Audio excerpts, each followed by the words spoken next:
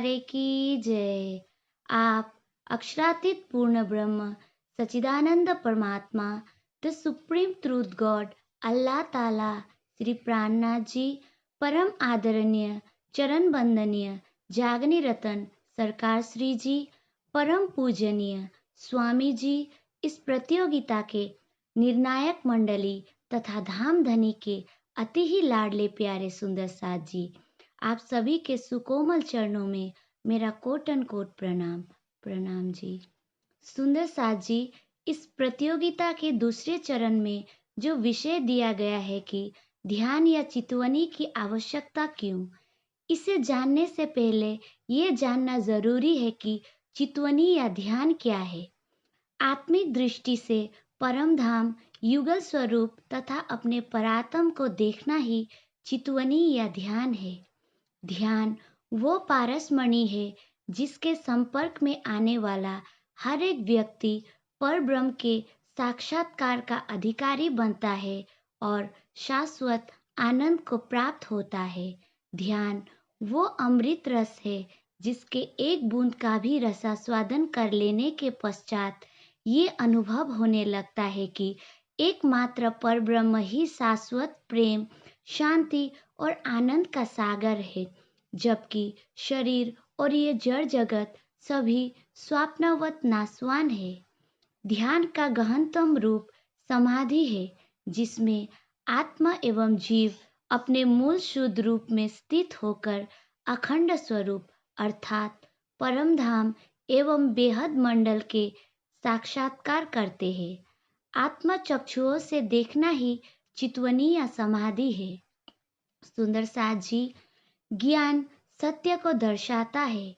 ज्ञान को आत्मसात करने से तो ये पता चलता है कि हम कौन है, कहाँ से आए हैं, हमारे आत्मा के अनादि प्रियतम कौन है और शरीर को छोड़ने के पश्चात हमें जाना कहाँ है। लेकिन अगर हम केवल यही अपने हृदय में बसा लेते हैं कि हम परमधाम से आए हैं, हमारे आत्मा का स्वरूप ये है, संसार नश्वर है, तो हमें वास्तविक लक्ष्य की प्राप्ति नहीं हो सकती। लेकिन चितवनी हमें हमारे प्रियतम का दीदार कराएगा, हमें प्रकृति से दूर 25 पक्ष में घुमाएगा। चितवनी की गहराइयों में डूबकर ही हम परमधाम व युगल स्वरूप के साक्षात्कार के अपने मूल लक्ष्य को इस संसार में रहते हुए प्राप्त कर सकते हैं। सुंदर साथ जी, इस जागनी ब्रह्मांड में चितवनी के आधार लिए बिना आत्म जागृति की कल्पना नहीं की जा सकती है, क्योंकि चितवनी ही ऐसी एक सीढ़ी है जिसे पार करने के पश्चात ही आत्म जागृति के चरम लक्ष्य को प्राप्त किया जाता है। वाणी में लिखा गया है, जब हक चरण दिल दृढ़ धरे, तब रूह खड़ी हुई जान, हक अंग सब हृदय आए, तब रूह जागे अंग परवान। अर्थात जब हमारे धाम हृदय में धाम धनी के चरण कमलों की शोभा झलकार करने लगती है, तो आत्म प्रेम की गहन स्थिति को प्राप्त हो जाती है। इस अवस्था में जब श्री राज जी के अंग अंग की शोभा आत्मा के धाम हृदय में बस जाती है और आत्मा भी अपनी संपूर्ण शोभा के साथ स्वयं को देखने लगती है, तो इसे ही आत्मा जागृति कहते हैं। सुंदर साथ जी, यदि हमें धनी के प्रेम को पाने एवं आत्मा की जागृति की आकांक्षा है, तो अपनी आत्मिक दृष्टि को मूल मिलावे में बनाए रखना होगा। सूरत एकै राखिए मूल मिलावे माहे, श्याम श्यामा जी साथ जी, तले भोम बैठी है जाहे। सुंदर साथ जी, जब हम संसार से अपनी दृष्टि हटाकर मूल मिलावे में विराजमान युगल स्वरूप की ओर अपनी चित लगाएंगे, तभी हमारी आत्म जागृति संभव है। इसीलिए धाम धनी की चितवनी में लगे रहना ही हमारी प्राथमिकता होनी चाहिए। बड़े बड़े ऋषियों ने ध्यान की महत्व को समझते हुए कहा है कि बिना ध्यान किए ना तो परब्रह्म का साक्षात्कार हो सकता है और ना ही शाश्वत आनंद की प्राप्ति हो सकती है। मुंडक उपनिषद में कहा गया है, ना चक्षुषा गृह्यते नापुसाचा ननियार्देवै स्तप्सा कर्मणा वा ज्ञान प्रसादेन विशुद्ध सत्वस्ततस्तु ता पश्यते निष्कलंक ध्याय मनः। अर्थात उस पर ब्रह्म को ना तो पंचभौतिक आंखों से देखा जा सकता है और ना अन्य इंद्रियों तथा वाणी से होने वाले तप आदि कर्मों से प्राप्त किया जा सकता है। विशुद्ध ज्ञान के निर्देशन में शुद्ध हृदय वाला व्यक्ति एकमात्र ध्यान के अभ्यास से ही उस अनंत ब्रह्म का साक्षात्कार करता है। मैत्रेयी उपनिषद कहता है, समाधि निर्धु तमलस्य चेतसो निवसी तस्यात्मनि सत् यत् सुख भवेत् न शक्यते वर्णयितु गिरा तदा स्वयंता संता कर्णेन गृह्यते। अर्थात ध्यान समाधि द्वारा जिसके अविद्या आदि मल नष्ट हो जाते हैं, उसे अपने हृदय में पर ब्रह्म का इतना अधिक आनंद प्राप्त होता है कि उसका वर्णन शब्दों से नहीं हो सकता। जैन ग्रंथों के अनुसार ध्यान ही मोक्ष तक ले जाने वाला है। राजकुमार सिद्धार्थ यानी भगवान बुद्ध ने भी ध्यान की प्रक्रिया द्वारा संसार को मोक्ष का सरल मार्ग दिखाया था। ध्यान ने ही सुखदेव, कबीरदास जी, नानक जी, शिव जी तथा सनकादिक को संसार से न्यारा कर दिया। सुंदर साथ जी, ध्यान ही वो अमृत पथ है जिस पर चलकर हम अपने प्राण वल्लभ को पा सकते हैं। ध्यान द्वारा जैसे जैसे हमारी दृष्टि इस झूठे संसार से हटती जाएगी, वैसे वैसे हमारे दिल में परमधाम की शोभा बसती जाएगी। इस अवस्था में हमारी आत्मा को ये अनुभव होगा कि उसका मूल तन अर्थात परात्मा तो धाम धनी के चरणों में ही विद्यमान है। परमधाम के ज्ञान तथा प्रेम के हृदय में प्रकट हो जाने पर ऐसा अनुभव होता है कि हमारे हृदय में अज्ञान की रात्रि समाप्त हो गई है एवं प्रातः काल का मनोरम उजाला फैल गया है। नजर खेल से उतरी देखिए तो अर्श नजीक फजर, यूं करते लेल मिटी रूहो, दिन हुआ अर्श फजर। सुंदर साथ जी, परमधाम के ध्यान से जो सुख प्राप्त होता है, उसके समान करोड़ों वैकुंठ का सुख नगण्य है।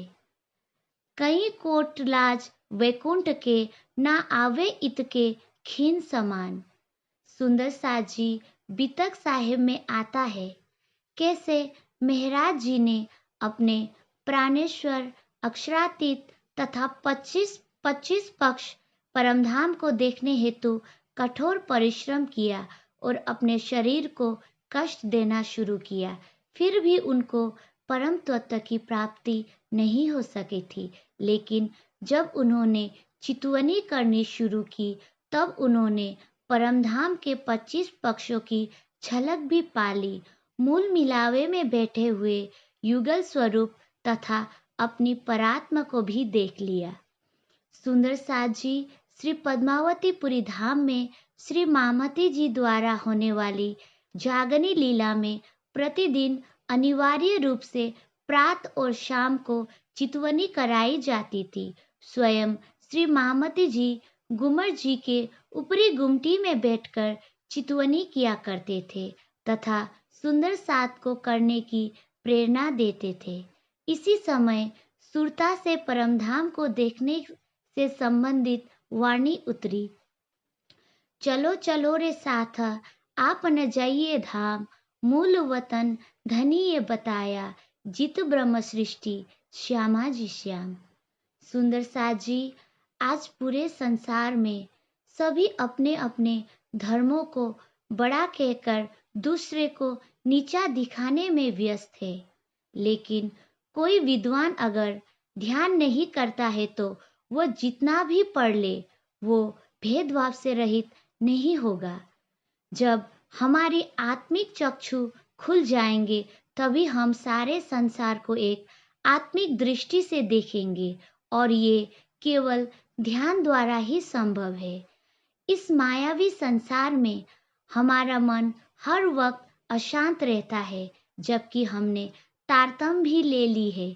लेकिन जब हम हमारे प्राण वल्लभ प्राण प्रियतम को हृदय में बिठाकर आंखें बंद कर उसे देखने की प्रयास करेंगे तभी मन में शांति आ सकती है। सुंदर साथ जी, जब भी हम अंतर चक्षु से अपने परमात्मा को देखना शुरू करते हैं तो ही आत्मोन्नति हो सकती है। लेकिन सुंदर साथ जी, समाज में एक बड़ी भ्रांति है कि केवल सेवा पूजा कर लेना और वाणी मंथन कर लेना काफी है। हाँ सुंदर साथ जी, वाणी मंथन तो अनिवार्य है, इसके बिना काम नहीं चलेगा, क्योंकि वाणी तो धामधनी के वचन है। लेकिन जब तक हम वाणी के प्रकाश में चितवनी द्वारा अपनी दिव्य चक्षुओं को नहीं खोलेंगे तो अपने प्राण प्रियतम की साक्षात्कार संभव नहीं है। अंत में मैं यही कह के अपनी चर्चा को विराम दूंगी कि प्रेममय चितवनी द्वारा ही हम हमारे प्राणेश्वर अक्षरातीत के प्रेम को पा सकते हैं, उनको अपने हृदय मंदिर में बसा सकते हैं तथा परमधाम की सुख प्राप्त कर सकते हैं। लेकिन मात्र जोर जोर से नाचने कूदने, भजन गाने, जयकारा लगाने एवं माला टीका से स्वयं को श्रृंगार करने से ये लक्ष्य प्राप्त नहीं होने वाला। प्राणेश्वर अक्षरातीत का ध्यान किए बिना हमारा जीवन नरक के ही तुल्य कहा जाएगा। श्री महामती जी सुंदर साथ को अपने प्रियतम अक्षरातीत पर अपना सर्वस्व न्योछावर करके चितवनी द्वारा प्रत्यक्ष दर्शन के लिए प्रेरित करते हैं। साथ जी शोभा देखिए, करे कुर्बानी आतम, वार डारो नख सिकलो, ऊपर धाम धनी खसम। प्रणाम जी सुंदर साथ जी। बोलो श्री प्राणनाथ प्यारे की जय।